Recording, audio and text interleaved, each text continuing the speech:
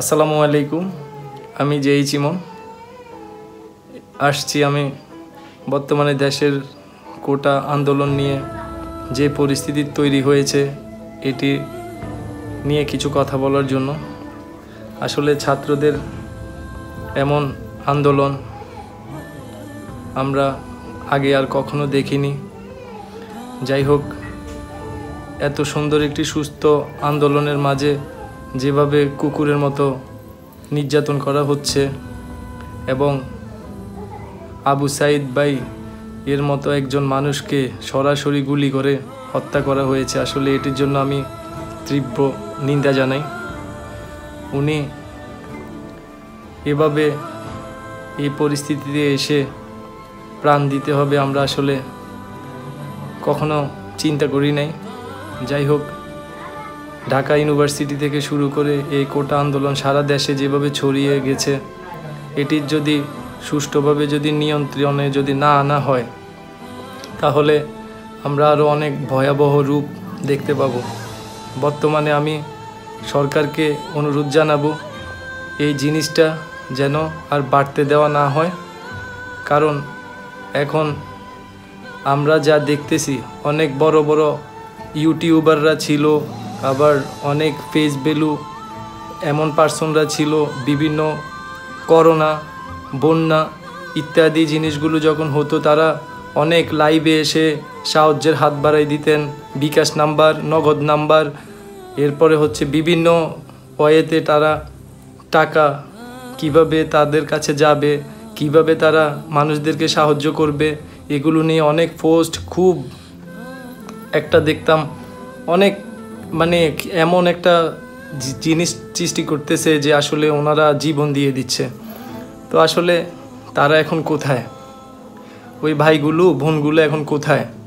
এই যে আমি দেখলাম যে আবু সাইদ ভাই, উনি একবারে নিথর একটা দেহ, তাজা একটা প্রাণ আমাদের চোখের সামনে, একদম চোখের সামনে একবার সরাসরি, মনে হয় না যে পাকিস্তানি যখন যুদ্ধ হয়েছে আমরা দেখি নাই, শুনলাম যে এভাবে যে গুলি করা হয় সরাসরি, আসলে না দেখলে বুঝতে পারতাম না।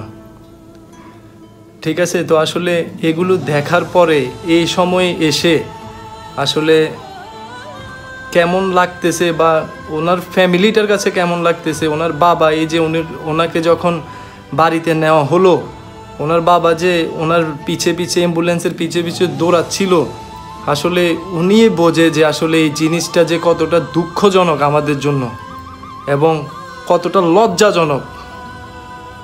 যাই হোক, আমি বেশি কথা বলতে চাই না। রাজনীতি বলেন, ইত্যাদি জিনিস বলেন, এগুলো নিয়ে আমাদের খুব একটা মাথা ব্যথা নেই।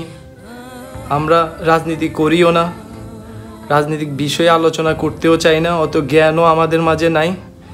তো আসলে আমরা চাই সুন্দর একটা দেশ, আপনার পাওয়ারে যে দলই থাকুক না কেন, আমরা চাই সুষ্ঠুভাবে যেন আমাদের দেশটা সুন্দরভাবে যেন পরিচালিত হয়, যোগ্য মানুষগুলোকে যোগ্য স্থানে দেওয়া হোক আর অযোগ্যদের অযোগ্য স্থানে যেন পাঠানো হয়।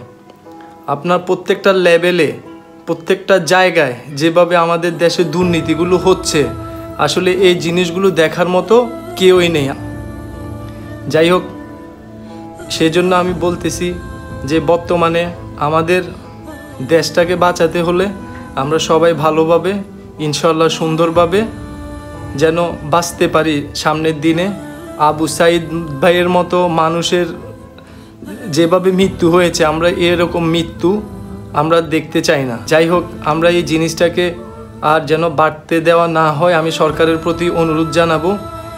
আর যেভাবে এটা পুরো দেশে ছড়িয়ে ছিটিয়ে যাচ্ছে এই আন্দোলনটা, ছাত্র আন্দোলন কিন্তু অনেক কঠিন একটা আন্দোলন আমি যতটুকু জানি। তো আসলে তাদেরকে যদি এখন থেকে যদি সুন্দরভাবে যদি তাদের যে চাওয়া এটা যদি পূরণ করা যদি না হয়, তাহলে আরও ভয়াবহ রূপ হয়তো বা এই দেশের মানুষ দেখবে। তো আসলে আমরা চাই না এরকম রূপের সৃষ্টি হোক। আমরা সুন্দরভাবে যেন তাদের যে দাবি, এই দাবিটা সরকারের প্রতি আমি অনুরোধ জানাই যেন আসলে এটা মেনে নেওয়া হয়, যেন তারাও তাদের যে দাবি অতটুকু যেন তারা পায় আর আমাদের দেশটা তবেই সুন্দর হবে। ছাত্ররা যদি তাদের ন্যায্য অধিকারটা যেন পায়, তারা যেন পড়ালেখা শেষ করে তারা যেন তাদের প্রপার যে জায়গাতে যাওয়ার দরকার ছিল এত কষ্টের পরে, ওই জায়গাটাতে যেন যেতে পারে। তাদেরকে যেন কোনো ধরনের হয়রানি করা না হয়, কোনো চাকরি কিংবা কোনো জায়গাতে কোনো লেভেলে যাওয়ার সময় যেন তাদের ঘুষ দিতে না হয়। তাদেরকে যোগ্য অনুযায়ী যোগ্য জায়গায় প্রেরণ করা হোক। তাহলে আমাদের দেশটা খুবই অল্প সময়ে ইনশাল্লাহ উন্নতির পথ খুঁজে পাবে। আমি আবারও বলতেছি, জানি দেশের খুবই বাজে অবস্থা। তো এই পরিস্থিতিতে আসলে কারোই ঘরে বসে থাকার সময় নেই। কারণ হচ্ছে গিয়ে আমাদের ইসলামে আছে, আপনি যখন ন্যায়ের জন্য লড়বেন, আপনি যদি নিজেকে গুটিয়ে রাখেন, এটার জন্য আপনি আল্লাহ তাআলার কাছে দায় দিতে হবে। আর যদি আপনি শরীর দিয়ে বা ওই জায়গাতে পৌঁছায় আপনি যদি প্রতিবাদ নাও করতে পারেন, আপনি মনে মনে হলেও ঘৃণা করেন, তাহলে আপনি আল্লাহ তাআলার কাছে বেঁচে যাবেন। সেজন্য আমি বলতেছি, আসলে বর্তমানে এই সোশ্যাল মিডিয়ার মাধ্যমে সারা বিশ্ব অনেক কিছু করতে পারতেছে এবং কি অনেক সমস্যার সমাধানও হচ্ছে।